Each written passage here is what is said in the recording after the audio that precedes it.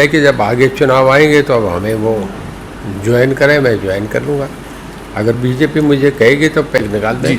कितनी हवा बदले कुछ बदले, ना मैं आम आदमी पार्टी में जाऊँगा ना मैं कांग्रेस में जाऊँगा। देखेंगे, आज आपसे कह रहा हूँ, मीडिया पे सामने कह रहा हूँ, ऑन रिकॉर्ड कह रहा हूँ, हमारी बीट 50,000 क्रॉस करेगी। ये 70 भी हो सकती है, 80 भी हो सकती है। ये नहीं हो तो समझो कि रणजीत सिंह की कोई जवान नहीं है। मैं पब्लिक में इतनी बात में तो कमिटमेंट का आदमी हूँ। हरियाणा के कद्दावर नेता रणजीत सिंह चौटाला जी के साथ, जो बिजली मंत्री हैं और साथ के साथ जेल विभाग के भी मंत्री हैं।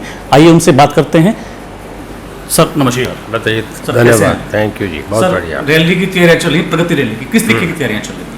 देखिए, बहुत बड़ी रैली हो रही है हमारी। पहले भी जब मैंने कभी भी रैली करी है, बहुत बड़ी रैलियाँ करी हैं। भारतीय जनता पार्टी की रैली है। हमारे सीएम साहब, मई जून का महीना ऐसा होता है कि इनमें किसान फसल से फारिग होता है।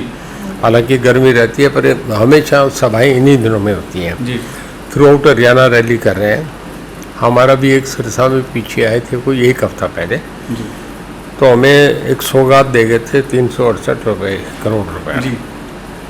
हमने उन्हें निवेदन करा कि साहब एक बहुत बड़ा आयोजन करा है, लोग स्वागत करना चाह रहे हैं और आप सब लोगों के एक साझा काम कर रहे हैं, तो हमारा निवेदन है कि आप हमें समय दे के रैली करें। उन्होंने 29 मई हमसे तय कर दिया।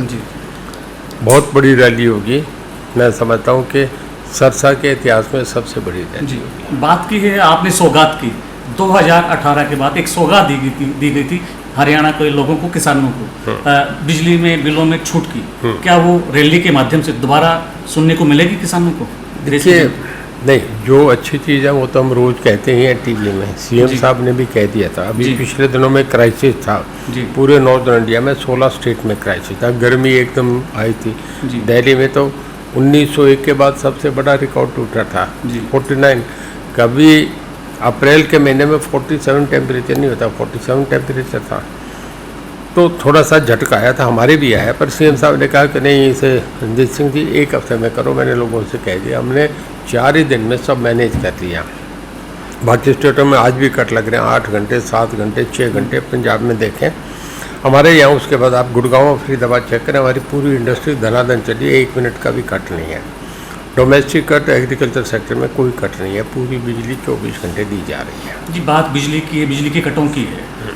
बिजली की समस्या आ रही थी लोगों में, और अब जो है आपका जो महकमा है, सुनने में देखने में आता है कि एसडीओ वगैरह कस्टमर के, जनता के फ़ोन नहीं उठाते।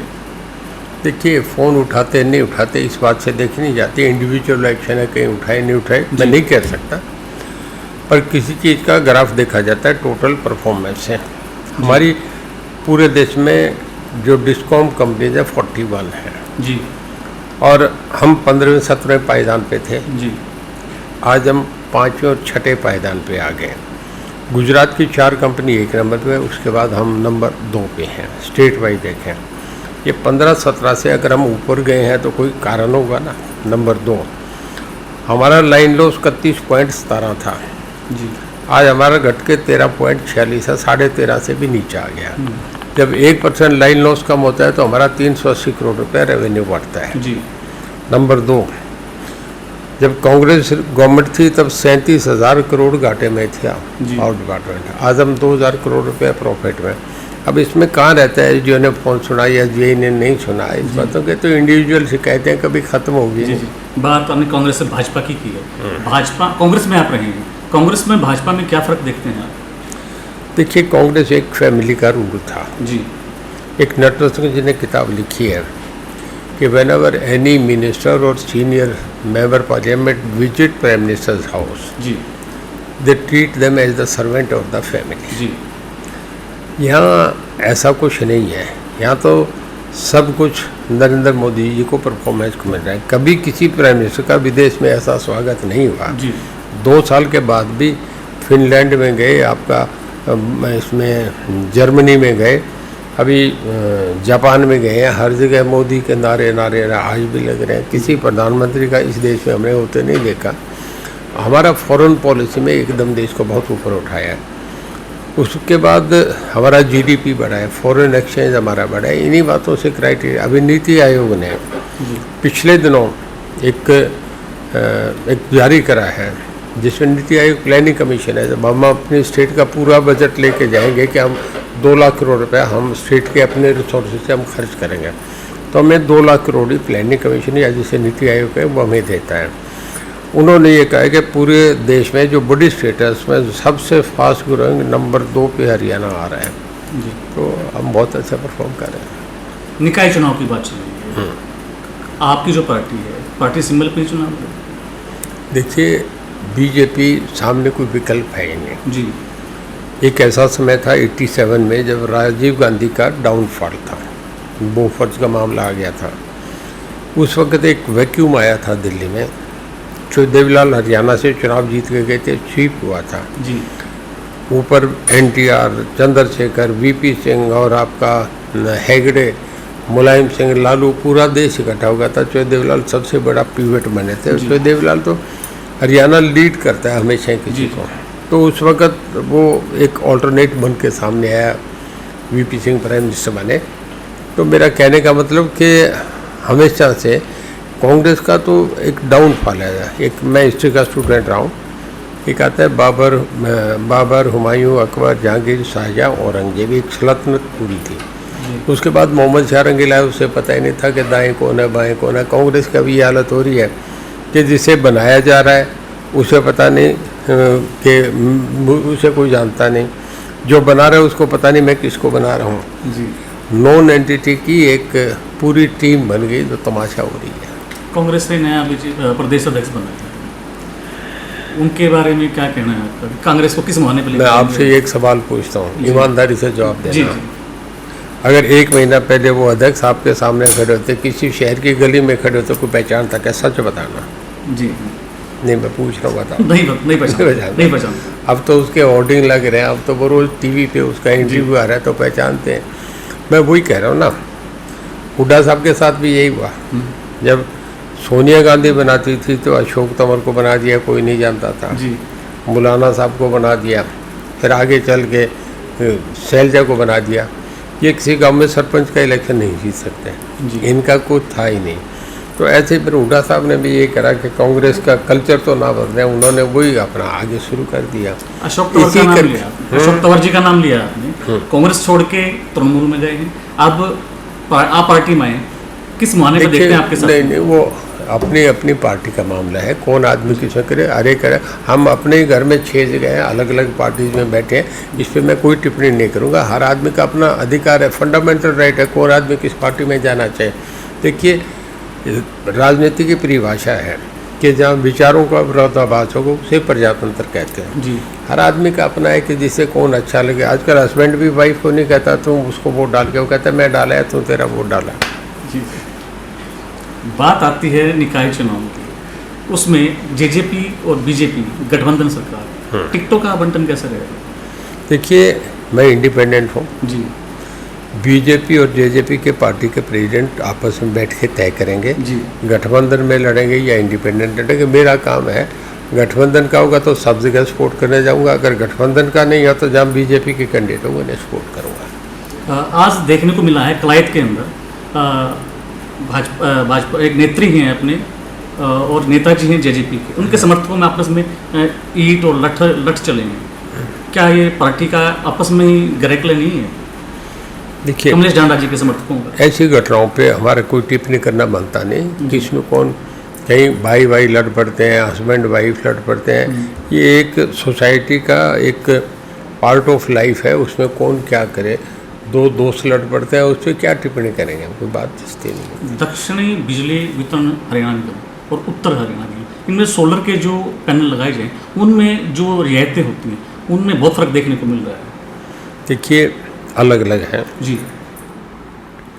आप उत्तर प्रदेश में चलाएं, एक एरिया के अंदर कुछ दूसरा है, दूसरे में जाके दूसरा है। इसके लिए कुछ सर्टेन पैरामीटर्स होते हैं जी। जो बातें सामने रख के सब डिसाइड होता है। हमें उसी तरीके से करने, सदा से एक सिस्टम चला रहा है, उसको एकदम हम ब्रेक नहीं कर सकते। बात आती है आपके राजनीतिक कैरियर की, कांग्रेस से बीजेपी में आए, यहाँ तक का सफ़र कैसा लग रहा है? देखिए, कांग्रेस से बीजेपी आने का मैं समझता हूँ मेरा अच्छा सफ़र था। जी। कांग्रेस में मैं 20 साल करा, बहुत बड़ी बड़ी रैलियाँ करी, मैं आपको उस रैली का एक पार्ट दिखाऊंगा अभी आपको, जी बीजेपी की भी दिखाऊंगा। मैंने जब झारली रैली थी तो मैंने यहाँ से 400 बसें भेजी। अब भी इस रैली में आप ऑन रिकॉर्ड कह रहा हूँ, हमारी भीड़ 50,000 क्रॉस करेगी। ये 70 भी हो सकती है, 80 भी हो सकती है। ये नहीं हो तो समझो कि रणजीत सिंह की कोई जवान नहीं है। मैं पब्लिक में इतनी बात में तो कमिटमेंट का आदमी हूँ, हम करेंगे। हमारे अपने दम है, लोगों के साथ रहे हैं, पब्लिक में 24 घंटे अवेलेबल हो, लोग हमारे साथ हैं। हमारे मुख्यमंत्री जी बहुत बढ़िया कर रहे हैं। उन्होंने लोगों के लिए हर जो लाइन में खड़ा आखिरी आदमी उसकी मदद कर रहे हैं। लोगों में बहुत ट्रांसपेरेंसी लाए हैं, टोटल जो है ऑनलाइन कर दिया है।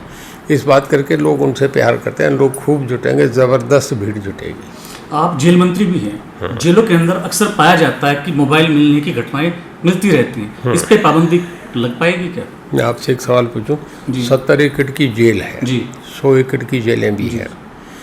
क्या ये पॉसिबल है कि पूरी एक फुट पे कांस्टेबल खड़ा कर दिया जाए? ऊपर पोस्टें बनी हैं, इधर भी बनी है, उधर बनी है। रात के अंधेरे में कोई भी आदमी, ये एक्सेप्शन घटनाएं हो जाती हैं, हम बहुत चेक करते हैं तब भी। पर मैं एक आपसे कह रहा हूँ, मैं किसी स्टेट का नाम नहीं लूँगा, बहुत स्टेटें होंगी जिनमें लोग सुरंग करके नीचे से भाग गए जी। आपने भी सुना है, मैंने भी सुना है। बहुत जगह ऐसी हैं कि दीवार फांद के चले गए। बहुत जगह ऐसी हैं कि बाहर इनकाउंटर करके अपने कैदियों को छुड़ा के ले गए। हरियाणा में तो आज तक ऐसी 1-4 मोबाइल कहीं पकड़े गए तो तुरंत एक्शन करते हैं। जिस सुप्रीडेंट ने करा उसको हम तुरंत उसे ट्रांसफ़र कर देते हैं, सज़ा कर देते हैं। तो इस तरीके की इंडिविजुअल एक्शन, कोई भी आदमी जेल के ऊपर से दीवार से फेंक दे, उसका क्या चेक होगा? रात के अंधेरे में कोई भी कर जाएगा। जेलों को हाईटेक बनाने की सरकार योजना बना रही है, कितनी जेलों को हाईटेक बनाया जाए? हम कर रहे हैं। रोहतक में पहले हमारी ऐसी जेल है और अब हम एक नई जेल बनाने जा रहे हैं रोहतक में, जो 19.5 एकड़ में है और 76 करोड़ रुपया सेंक्शन कर दिया, टेंडर कर दिए। पहले वाले में वाइबिलिटी नहीं है, दोबारा कर रहे हैं और शायद 3-4 महीने में उसका काम शुरू हो जाएगा। बहुत हमारी उसमें हाई सिक्योरिटी जेल होगी जिसमें जैमर लगेंगे, 50 तो जैमर लगेंगे और उसमें अलग तरीके की वॉल होगी। उसमें जो हमारा सिक्योरिटी कवर आएगा जी, वो जो 15 दिन रह के चला गया दूसरा आ जाएगा, वो पहले वाला नहीं रहेगा। और उसमें जो टोटल जो हार्ड कोर क्रिमिनल्स हैं उसको जेल में रखेंगे। वो जेल एक पूरे देश के लिए एक मॉडल होगी।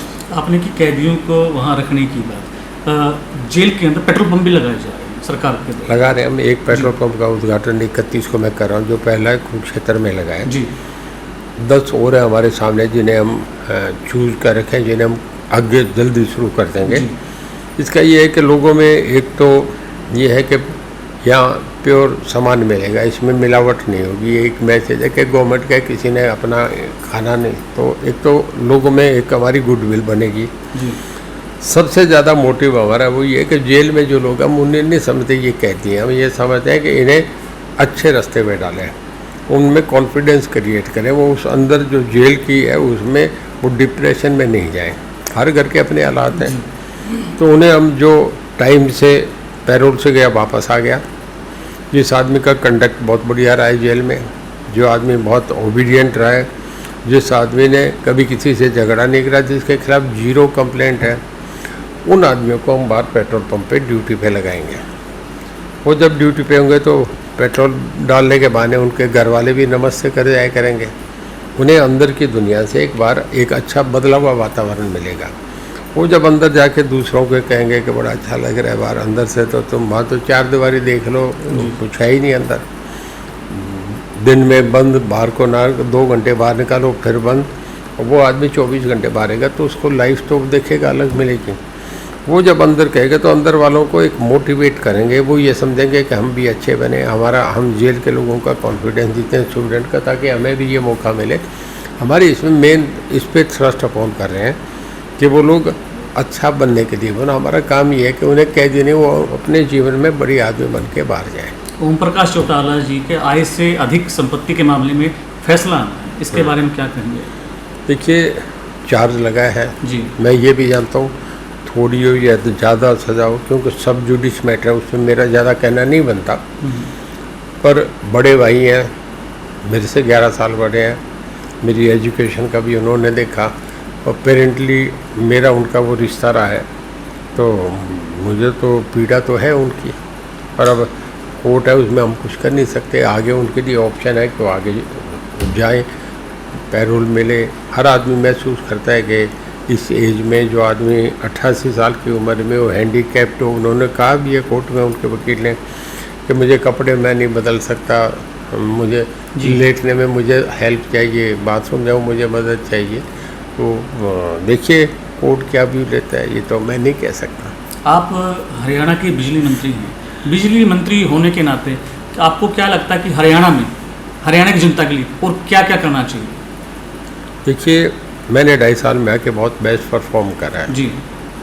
लोगों में भी है। ये तो अब पूरे देश में एक क्राइसिस आया, नॉर्दर्न इंडिया में कोल भी था, कई रीजन थे इसके लिए। पर इससे पहले 2.5 साल में हमने 1 सेकंड भी कभी बिजली जाने नहीं दी जी। और मैं हमारा एक ट्रैक रिकॉर्ड बता रहा हूँ कि जब तक आप इंडस्ट्री में बहुत पावर में स्टेबलाइज नहीं होंगे तब तक आप नहीं कर सकते। पूरे देश का जो एक्सावेटर है वो हम 60% बना रहे हैं, हमारा शेयर हरियाणा का। पूरे देश की जितनी क्रेंज बनती है उसमें हमारा 51% शेयर है जी। पूरे देश में जो ना हमारा 53 है, जो कारें बनती है उसमें 51% शेयर है। ट्रैक्टर्स में हमारा 47% है, मोटरसाइकिल में हम 30% हमारा शेयर है। जी। गुड़गांव, मानेसर और आपका पलवल, ये फरीदाबाद, रेवाड़ी, ये सबसे बड़ा इंडस्ट्रियल हब बन गया नॉर्दर्न इंडिया का। ये जब ही बनता है जब आपके पास पावर अवेलेबल है। क्या भविष्य में बीजेपी में ही रहेंगे? क्या भविष्य में बीजेपी में ही रहेंगे? मैं तो अभी हूँ ही नहीं बीजेपी में, आप छोड़ के आएंगे तो जाऊंगा ना। अभी विधायक रानिया से आप हैं। मैंने आपको भी बताया था मैं इंडिपेंडेंट हूँ, मैं रानिया से विधायक हूँ। पार्टी में कैबिनेट मंत्री के स्तर पर बीजेपी की अनकंडीशनल सपोर्ट करी। जिस दिन रिजल्ट निकले मैं आपसे बता रहा हूँ, मुझे हमारे सीएम साहब का फ़ोन आया जी रिजल्ट से पहले दिन जी। जब तक आए नहीं थे रिजल्ट, समझो कल रिजल्ट निकलने, आज फ़ोन आया। सभी के फ़ोन आ रहे थे मुझे कहने के चौथा मैं आपको बधाई देता हूँ, आप चुनाव जीत रहे हैं और भारी मतों से जीत रहे हैं। मैं कहने लगा जी बहुत आपका धन्यवाद। अगर स्टेट का इलेक्टेड नंबर 1 पर्सन मुझे ये कहता है तो मेरा कॉन्फिडेंस और मजबूत होता है, मेरा विश्वास मजबूत होता है। मैं आपका धन्यवाद करता हूँ। वो कहने लगे नहीं हमें अच्छे आदमी आगे चाहिए, आपका मन। मैं कहने लगा मैं कांग्रेस की खिड़की छोड़ के आया हूँ, स्वाभिमानी आदमी जो देवलाल का बेटा हूँ। अगर कांग्रेस 52 सीट लेके आ गई और आपकी 37 हुई तो 37 + 1 रहूँगा, 52 + 1 नहीं होगा। ये मेरी कमिटमेंट है। और जिस दिन रिजल्ट आया मैंने सभी के फ़ोन आ रहे थे, मुझे हुड्डा साहब का भी फ़ोन आ रहा था, मुझे जेजेपी के भी फ़ोन आ रहे थे, निशान सिंह का फ़ोन आया, मुझे इनका भी फ़ोन आया, नड्डा साहब का भी आया, सीएम साहब का भी आया। मैंने फ़ोन आते कहा जी मैं अनकंडीशनल बीजेपी की सपोर्ट करूँगा। सबसे पहला आदमी था जिसने जाके सपोर्ट करा और मुझे मिनिस्टर बनाया। मैं उनके साथ हूँ। मुझे जो 2.5 साल में जो एक्सपीरियंस मिला है, ये मुझे एक बहुत, जो लोगों ने मेरे पे विश्वास भर के मुझे जो आगे बनाया, मैं उसके लिए बहुत अच्छा परफॉर्म करा। इसके लिए मैं चीफ मिनिस्टर साहब का मेरे पे पूरा आशीर्वाद रहा। मेरा बहुत अच्छा एक्सपीरियंस रहा है, तो मैं तो उनके भरोसे को, विश्वास को कायम करके रखूँगा। आगे जब वो कहेंगे जो है ना अब टेक के साथ, मेरा सवाल इसी संदर्भ में था कि बीजेपी के पाले में दिमाग से एक निकाल दें, कितनी हवा बदले कुछ बदले, ना मैं आम आदमी पार्टी में जाऊंगा ना मैं कांग्रेस में जाऊंगा। जी जी। हर खबर का मतलब ब्रेकिंग न्यूज नहीं, हर बहस का मतलब हंगामा नहीं। हरियाणा की सारी खबरें केवल हरियाणा बुलेटिन पर, सीधी बात, नो बकवास।